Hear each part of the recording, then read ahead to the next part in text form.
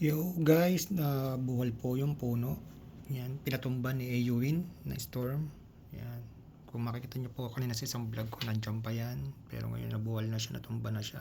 Kasi nga po, malakas nga po yung hangin. At ito pa po yung isa. Yan. Malapit din po sa amin. Kung mapapansin nyo, nabuwal din po siya. Yun. Medyo sumanda lang siya sa isang puno, kaya hindi siya natuluyan masyado. Pero yan po, nabuwal. Yan, dahil po sa sobrang lakas po ng hangin. Yun nga po sabi ko sa inyo kanina na kahit wala siyang dahon, napapagalaw niya yung mga puno. So yun nga po, natumba na yung isa. Bali dalawa natumba yan. So hopefully sana wag din sa ibang lugar na natumba yung mga puno. Kasi syempre, pag ganyang may mga natutumbang puno nakakalungkot naman.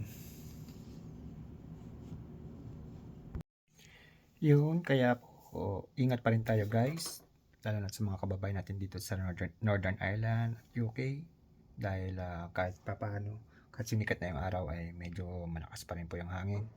So, kaya ingat tayo guys and stay at home.